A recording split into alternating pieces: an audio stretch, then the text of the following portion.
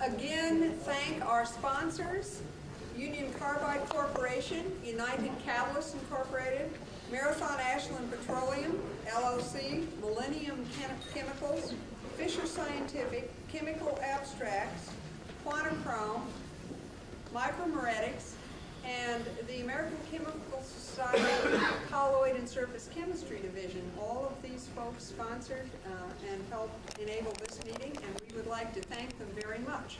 We also would like to again thank you for this participation early in the morning this fine day. And again, Steve Augustine is going to be presiding over the rest of the morning in place of what is in the book. Thank you, Steve. I apologize for those of you who are interested or want to see Jim up here. I guess he has an important meeting this morning that he can't get away from, and hopefully he'll join us this afternoon. But our next keynote lecture is to be given to us by Ross Madon from Engelhard Corporation.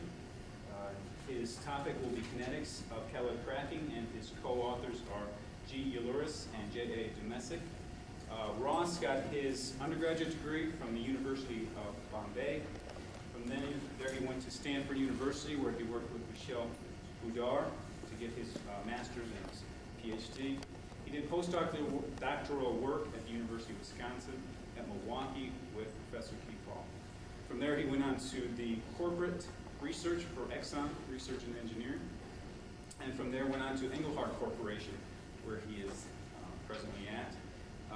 Ross has 45 publications and patents, and I was just noticing that you look surprisingly young to have implemented 4 commercial catalysts, and you've done very well. So, Ross. Thank you.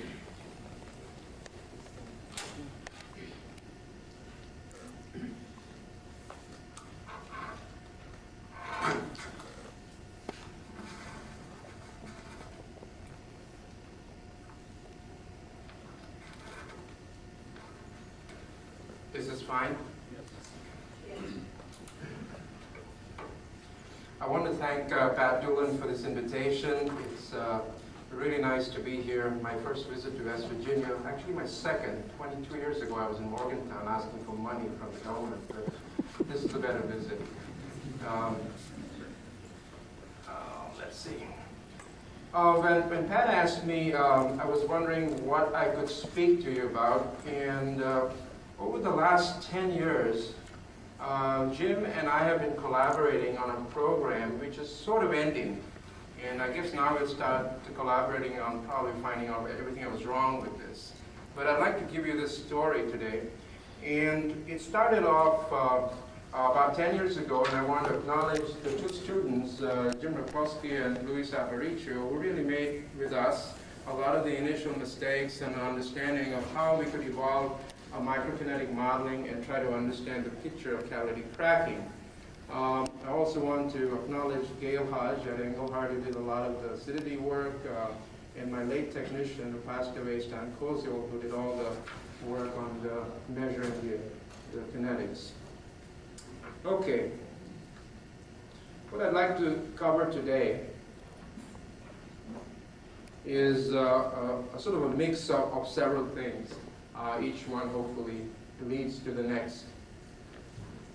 A very brief introduction to microkinetic analysis, what it is. I will not go through it, it's not a tutorial, but I will give you what it's about. We will look at the 2 aspects of cracking that we try to study, a small molecule and a larger molecule. And we can obtain terminal frequencies using this particular analysis. We go over that. We try to look at this whole catalytic cracking a little differently, and with that we have evolved what we call catalytic cycles. And I hope to convince you that this is a really nice way of looking at something that's pretty well known. And it allows us to differentiate between reactions and between terminal frequencies and selectivities. Hopefully I'll have some time, and then I'll look at the effects of steaming. And the effects of steaming here were done specifically to change the surface, i.e. the zeolite.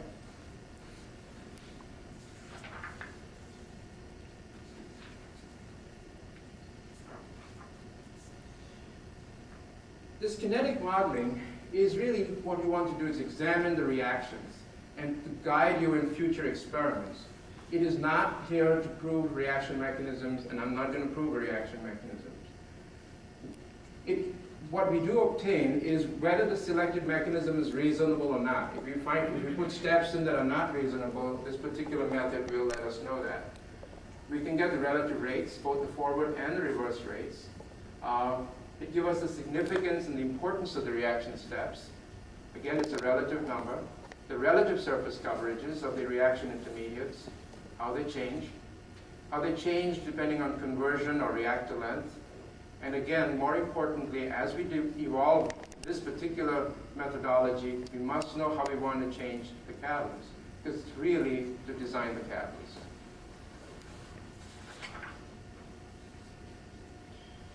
Now, catalytic cracking, as many of you know, is extremely complex because of the large number of products that you obtain.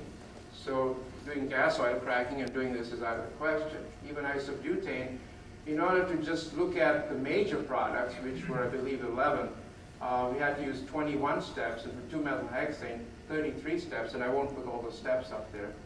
I have them, though, if you want to.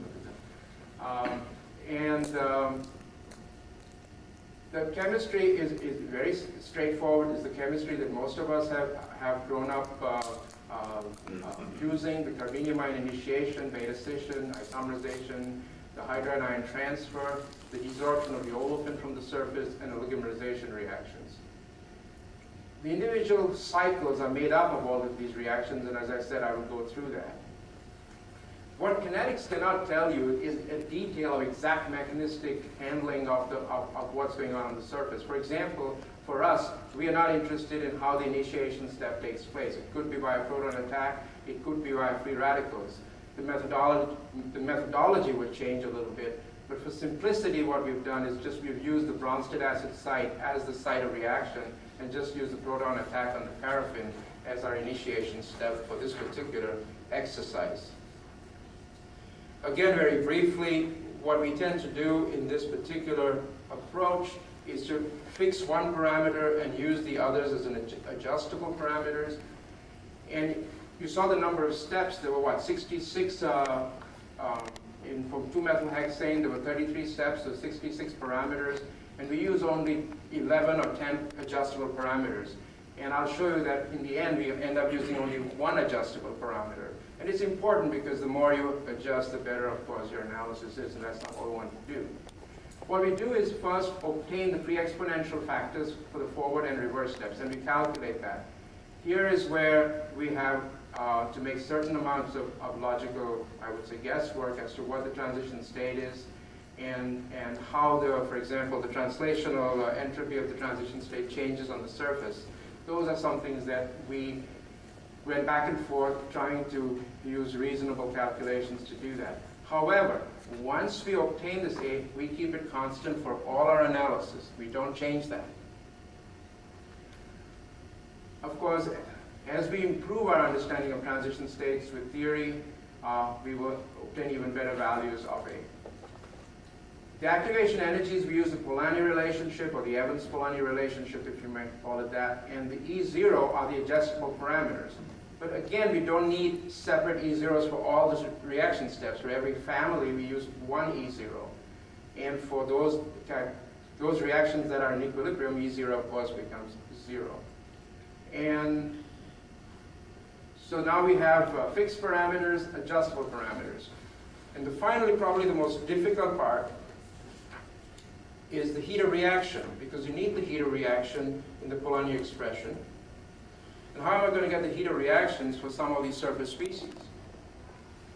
What we've done is we've assumed gas phase reactions, adjusted for the effect of the catalyst, and then we've defined a parameter. This parameter is the only connection with the surface.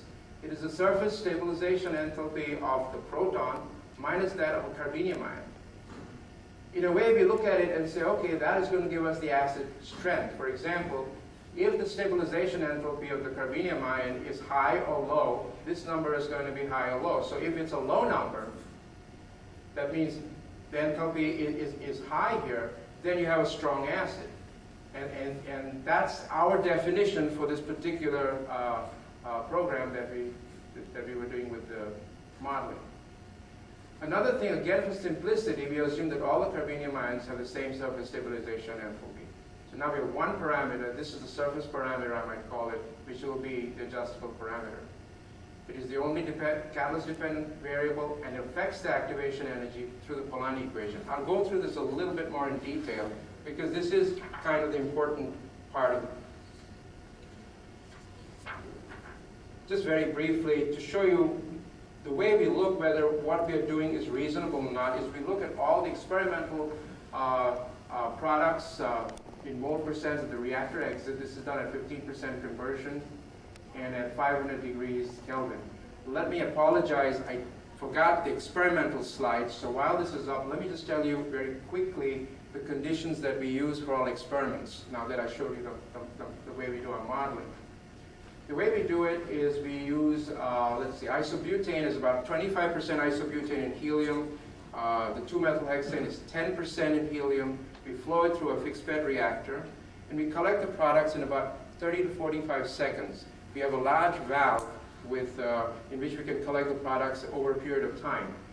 And the data that we analyze is the first set of data in the first 15-20 seconds, of 20 to 45 seconds. And what we've seen is over a period of time, there's very little deactivation with these particular reactants. In fact, with isobutane, it's pretty flat line. That's the way we analyze all the products and the way we carry out our reactions. Again, if you look at the experimental values and the models, it's a very good fit. At the lower conversions, we do get good fits. So we can go to 5% conversion to 15. As you go to higher and higher conversions, go to 40, 45, the fit starts becoming a little bit worse. That's because all the reactions that we've chosen, the 33 reactions, are not sufficient now because many other reactions are coming into play. So most of our work has been done in the 5 to 20% conversion range.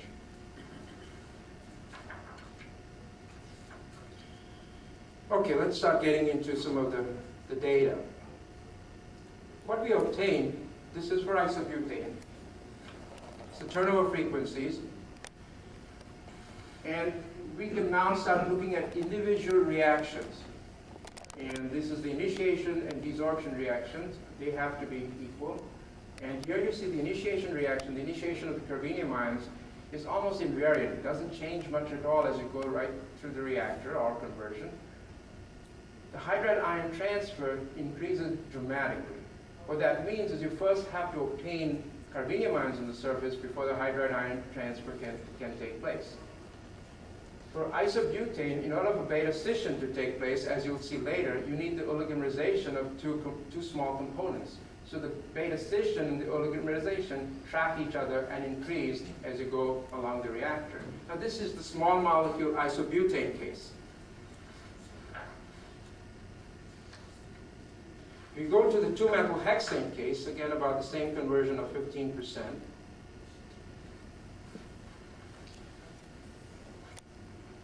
Now let's just start with the oligomerization. That is extremely, extremely low. Whereas oligomerization was a very important reaction for the isobutane, it is not so for the 2-methylhexane. The initiation step is very similar in that it's very invariant with bed length. The beta scission and hydride transfer now track each other and increase as you go along the reactor length. One important point I'd like to make is they do not go through the origin, and unlike with the isobutane where it did. When you have the larger molecule like 2-methylhexane, there is always going to be some cracking before the catalyst as it goes through the reactor bed.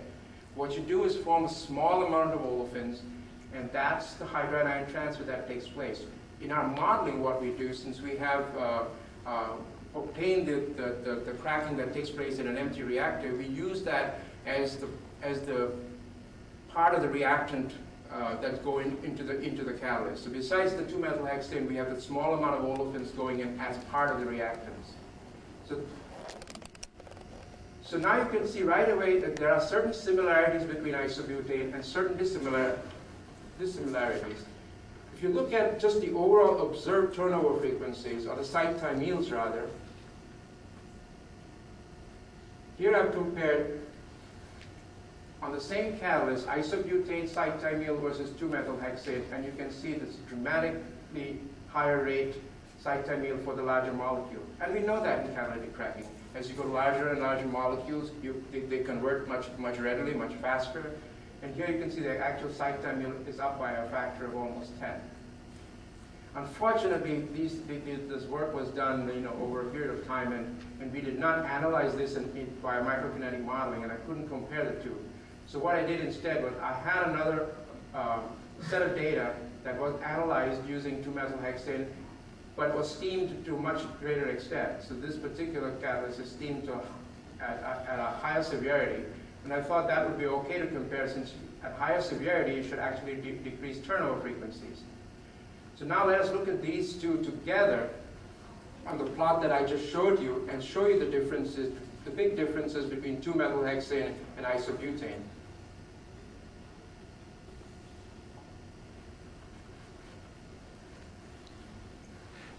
All of the plots up here are those due to the 2-methylhexane. The only plot down here again is the oligomerization reaction for the IC7. It is flat, it's very low. Here's the oligomerization reaction for the IC4. Here is the initiation up here and the initiation down here for the IC4. What I'm trying to say is that all the rates of all the important reactions, whether it's initiation, beta scission, hydride transfer, are significantly greater for the 2-methylhexane than for the isobutane. Now, let us try to decouple some of these rates, some of these reactions, and say, why is this happening? And I'm going to do something that's usually difficult to do, and to try to explain something rather complicated in a lecture like this. But bear with me, because here I think is a way of looking at catalytic cracking that most people are not used to.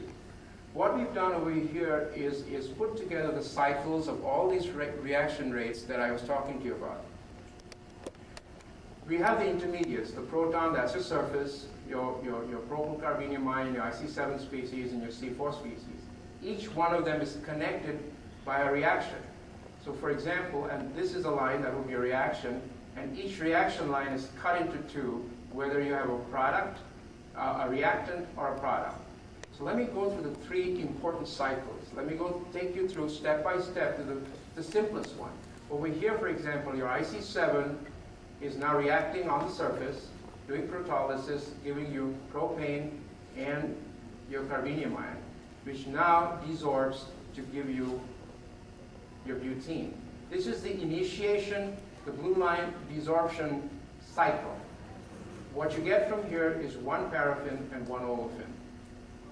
Now let's go to a more complicated cycle. Here, for example, your IC7, which is your reactant, now undergoes protolysis, giving you hydrogen and again a surface carbenium ion. Following the green line, that now goes through beta scission, giving you your olefin and a C3 on the surface, which then desorbs to give you your propylene, and you get your proton back. And now here, what we get is two olefins. The hydrogen is coming out over here, and you get C4 and C3 olefins. And finally, the most a little difficult cycle, probably the most important cycle, the hydride transfer beta scission. Here, your IC7 is now reacting to give you. Let me start off with the C4. It's easier to look at it that way. You have your C4 species, which have come from the olefin. We now go through a hydride transfer with producing C4 paraffins and IC7 on the surface. You go through your beta scission. Again, you make propylene, and you continue the cycle with this olefin becoming part of the reactant. What do you do here? You make propylene, and you make C4. So in this case, you make one paraffin and one olefin. The reason I've gone through this is this whole question comes about in catalytic cracking and the formation of olefins and the formation of paraffins. The formation of olefins and paraffins are very dependent on the catalytic cycles and how you affect these catalytic cycles. Very differently from from 2-methylhexane is the isobutane. Small molecules are going to react completely differently than the large molecules. And that is because they're not large enough to undergo beta scission. You just looked at the initiation desorption steps. The important step here is this oligomerization step in which the carbenium reacts with an olefin to give you a C8 species, which then gives you your C5 species on the surface, comes off as isopentane or isopentene. You have to do that oligomerization. Now, one thing microkinetic modeling showed us that initially we didn't have enough steps, for example, to find propylene. We had a lot of propylene with isobutane. And the only way we could do it is if you have more oligomerization taking place. So now in this case, the IC5 reacts with the IC4 olefin, giving you a C9 species on the surface, which then cracks to give you a C3 and a C6. The C6 cracks to give you more C3, and then finally the C3 on the surface desorbs as the propylene. So now you have propylene coming from various reaction steps. So this way of looking at catalytic cracking, both the microkinetic modeling, which allows you to make sure that you have at least the number of steps that you require to address the products that you made, as well as put it in a format or a picture in which you can say, okay, now what do I do to my catalyst to affect this cycle versus this cycle? If I can affect one cycle more than the other cycle, I can change my selectivity.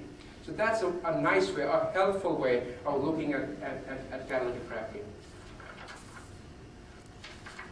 Now, if you note the large turnover frequency for 2-methylhexane compared to isobutane, what you see is that you have a lot more initiation steps for the 2-methylhexane, 8 of them, and hydride ion transfer steps, because these are the pathways from which you consume your reactant. Whereas for isobutane, you have only 2 and 3. So no wonder 2-methylhexane is going to react a lot more faster. As you increase the size of the molecules, there are more initiation steps, you have more hydride ion transfer going on, and you're going to have higher conversions of those larger and larger molecules. So even though the carbenium ion chemistry is the same, you have the same reactions, you have the same initiation, same beta scission, the cycles are now different for the two reactions. Over here, the two reactions have the same initiation desorption cycles, but here you have an initiation beta scission cycle. You have a hydride ion transfer beta scission cycle. Here instead, you have, as I showed you, the oligomerization beta scission cycles. So even though the chemistry is the same, the way it comes together for the small molecule and the large molecule is different. If I wrote a very large molecule here, I would have a lot of these hydride ion transfer beta scission steps, for example, except for the 1 or 2 that I showed you. So that it just builds as the molecular size increases. One thing we then did was actually catalytic cracking can be looked quite simply for us. Just generalize for the large molecule. Let's say all we need to do is have an initiation step, and X could be, this could be X, this could be Z. It's just a simple way of looking at it. We could form the carbenium ion, desorb it to form your olefins. You could do the oligomerization beta scission step here, the hydride ion transfer step here. So in this particular little picture, you have pretty much all the important reactions that are taking place. The one reaction you may have noticed I've not really stressed on is the isomerization reaction, because those are pretty much in equilibrium.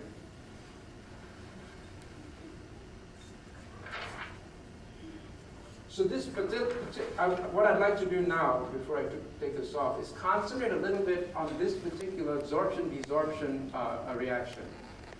And I've talked a little bit about hydride transfer. I've talked a little bit about beta scission, oligomerization. But the olefin absorption-desorption reaction is extremely important. It's really kinetically insignificant if you look at it classically because it's in quasi-equilibrium. But it does play a very major role in catalytic cracking. And this was actually pointed out many years ago by Lombardo and Hall, for example, when they were looking at some of their small molecule cracking. If you just look at it very simply in the heats of reaction, we wanted to correct for the surface, and I missed a few steps here. So, but what I wanted to show you are the gas aspects of it, the delta H gas, and then you have what I had initially defined some time ago as the delta H stab. This particular, again, is the enthalpy difference between that of the proton and of the carbenium ion. So the delta H0, the overall delta H0 is that due to the gas and due to delta H stat. Now, when this changes, you are going to change the equilibrium. So as the delta H stat increases and the delta H0 decreases, your K is going to increase. And from the definition, what's going to happen is your gas place olefin concentration is going to increase and your carbenium ion coverage is going to decrease. This is important because the change of carbenium ion is not due to a change in the olefin concentration, but it's due to the fact that you're changing the equilibrium constant K due to the surface, the Bronsted acid sites. And that is how this particular step, which is in quasi-equilibrium, which is in a way a thermodynamic situation, affects very strongly the kinetics. And the kinetics are affected because that particular situation, the carbenium ion concentration is going to be changed dramatically depending on this value of K. Another way you can change K is by temperature. When we did temperature, as you lower and lower the temperature, what happens is your carbenium ion coverage goes up. And what you get at low temperatures is much fewer olefins and more paraffins. Again, this K comes into play. In this particular case, instead of changing temperature, I wanted to play around with the acid sites. Now, one of the things that we had seen even before, many years ago, before we started this program, and this has been seen by Harold Kung and this group, and by the French group, is when you steam a catalyst, and this was a USY FCC catalyst with clay matrix. If you steam it very severely, you change the differential heat of absorption. In a way, what you're saying is that as you steam, you decrease the Bronsted acid strength. And this is less severely steamed than this particular one. So what we thought we would do is we take one catalyst and steam it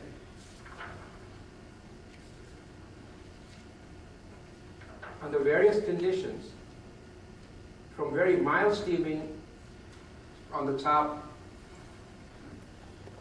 to very severe steaming for catalyst F. And as you can see, we changed dramatically, the unit cell size, the Bronsted and Lewis acidity. And all these 6 catalysts were compared at 15% conversion using the same model that we had before. One important thing here was, again, once we had obtained the E0s for one of the catalysts, we made sure they were kept constant. The only thing we allowed to float was the delta H stat, which was the surface parameter.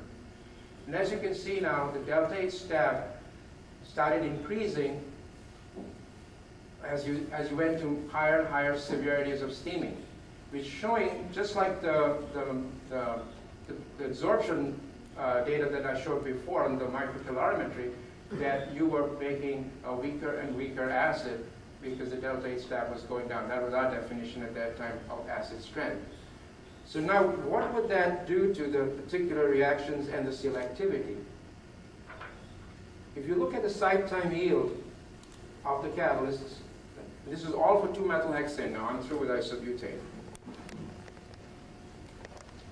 This is the side time yield, experimental and the model, for all the 6 reactions. And you can see as you're increasing the steaming severity and you're increasing the delta H stat, you have a nice relationship. You're going down, the site time yields are going down. So the turnover per site is much less, by a factor of 8 or 9, on the highly steamed catalyst as it is for the less steamed catalyst. You've changed the surface, you've changed the delta H stat, which comes out of that model. It mimics the observed site time yields as well. But this is the overall site time yield, and over here I've just looked at the site time yields of paraffin formation, which are of course very similar. Besides, so now you would say that the less steamed catalyst has a higher site time yield, it's much more active, and what else comes out of this is the fact that the carbenium ion coverage changes significantly as you steam. For example, over here, you change by a factor of 50 the overall carbenium ion coverage. Here I've just given the IC4+, which is your major carbenium ion on the surface. And here's the change of the protons, on the surface protons. So there is a significant difference in the relative carbenium ion coverage as you steam as well. And because of that, you are going to affect, as I said, the reactions. Carbenium ion coverage changes because of delta H stab, because of that reactions of olefin absorption, desorption, and that affects all the reactions. Each and every reaction is affected now. Here is your initiation reaction. Now, how is delta H stab going to affect the initiation reaction? You have a proton attacking a paraffin. So here, the delta H stab is affecting the initiation reaction through the activation energy because of the Polanyi relationship of E0 plus half delta H. That's where it's being affected. However, for the hydride transfer and beta scission, you have, in both sides of the reaction, you have a carbenium ion. So the delta H stab will cancel out there. So delta H stab is not affecting these reactions directly. The way it is affecting is because at the higher delta H stab, you have much less carbenium ion coverage on the surface. And in order for initiation, in order for hydride transfer and beta scission to take place, you've got to have surface coverage of carbenium ions. So now your olefin absorption, desorption is playing a role in affecting these rates. So that's how they get coupled together. Now, remember the cycles. As you change certain parameters, like delta H stab, as you change certain rates of beta scission, hydride transfer, initiation, you're going to change the cycle. So now, something that we want, for example, is olefins. We want olefins in the refinery. What is going to happen when you change these catalysts? You're going to change the way certain products are formed. Now, isobutane is formed via hydrogen transfer and via the initiation reactions. There are two ways you can do it. What's happening is that the hydrogen transfer contribution decreases now because its turnover frequency is decreased to a greater extent than the initiation turnover frequency decreases. So the percent of isobutane formed by hydride transfer drops dramatically, and the percentage formed by the initiation steps is greater. And here's just an isobutane to isobutylene ratio. This is experimental, this is the model, and here you can see it that as you decrease the strength of the acid sites, as you steam more, you get more olefins. And that's known. But here we've got a way of analyzing and a way of looking at why certain things are happening. To conclude, one of the things we wanted to do was see if we could understand a little bit more about model compound cracking.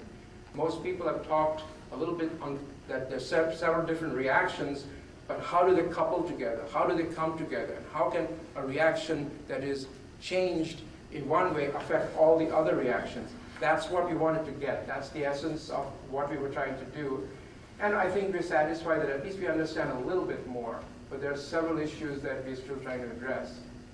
So it gave us a reasonable overall sequence of reaction steps. Whether those 33 steps are the right ones, or whether we should have put 3 or 4 more steps, I don't know. But they were useful in that they allowed us to explain the whole reaction sequence. I think the catalytic cycles I propose, is a good way of looking at catalytic cracking. It allows us to put all the reactions together on one page kind of thing. We can get turnover frequencies. I showed you against bed length or conversion. I showed it to you against when we steamed, when we changed the catalyst. I didn't show you the reaction temperature, but it's the same approach. The one thing I'd like to leave you with is the importance, the kinetic significance of the reaction steps, especially the quasi-equilibrated olefin absorption desorption step, and how something like that can play such a key role in the processes by influencing the coverage of the surface intermediates. Thank you very much.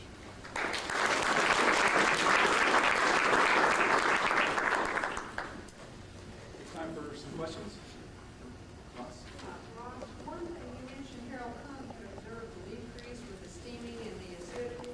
Yes. He also has proposed that one of the rules of steaming is to create faults, which affect mass transfer and therefore reaction rates Yeah, what Harold has done, and actually it was done by a lot of East Europeans, is very nice micrographs. You can take a white zeolite and steam it, and you can see these channels forming in the crystals. And that has been proposed, for example, why large molecules crack in cat cracking in FCC.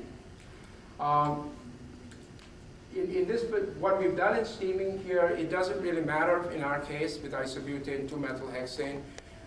Besides forming faults, what we've seen through acidity measurements, it also decreases the acid site. Now, whether it is exactly due to the formation of species that affects proton transfer and your acidity is changing via that, or it's changing because you changed the cavity size and you affected the way the reaction takes place, I don't know. You're sort of lumping it and saying, well, you've changed your Bronsted acidity, my delta H is changing, my site time yields are changing. What we have to uncover is what exactly is happening to the acid site when you steam.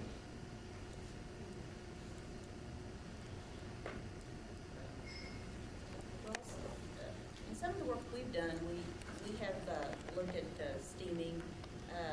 We have seen some evidence that there may be some interaction between the zeolite and the matrix during the steaming. Could you comment on that and what your observations have been? This particular set of catalysts were, as you know, our catalysts in which about 30 to 40% is the white zeolite and less is the rest of it is the clay matrix. These particular reactions, for example, by themselves do not react on the clay matrix. They're not, large molecules would. If I took a C30, it might crack, but the C4s don't crack on them. Whether when we steamed the non-framework aluminum played a role and affected the Bronsted acid site via the matrix, I cannot tell you that. All we know is that what people have said in the past, that as you de-illuminate, you make stronger acid sites and they come to some sort of an equilibrated strength. We don't see that. When you steam it, that doesn't happen. When you do chemical de-illumination, that happens. So steaming is affecting the Bronsted acid site quite differently. And we cannot go around with the same concept that next nearest neighbors, when you don't have them, the acid strength is very high. It's not high here, it is much lower. And there could be these kind of interactions you're talking about.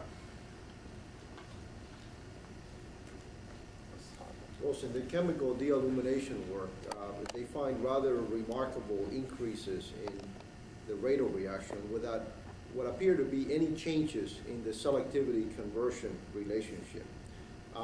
If de-illumination by chemical means were to be changing the acid strength of the residual material, I would expect that there would be some changes in that master curve. In the selectivity? Yeah, it appears to be nothing more than the generation of additional sites of the same type.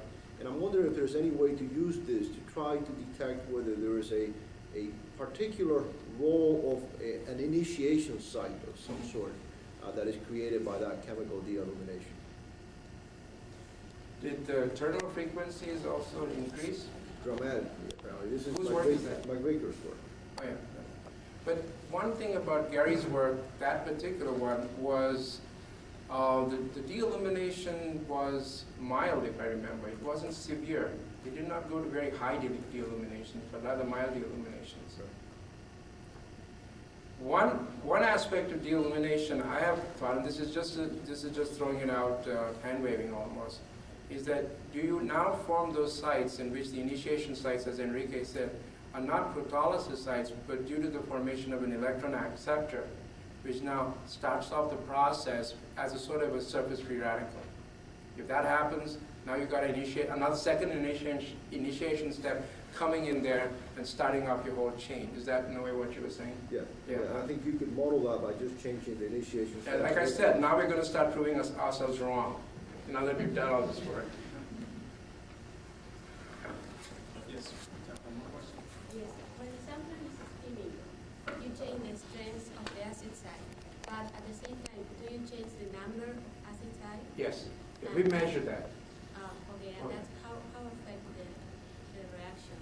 That, when I plotted the site time yields, that is normalized with the total number of acid sites. That is measured via the IR using extinction coefficients that we obtain. So we know the total number of acid sites.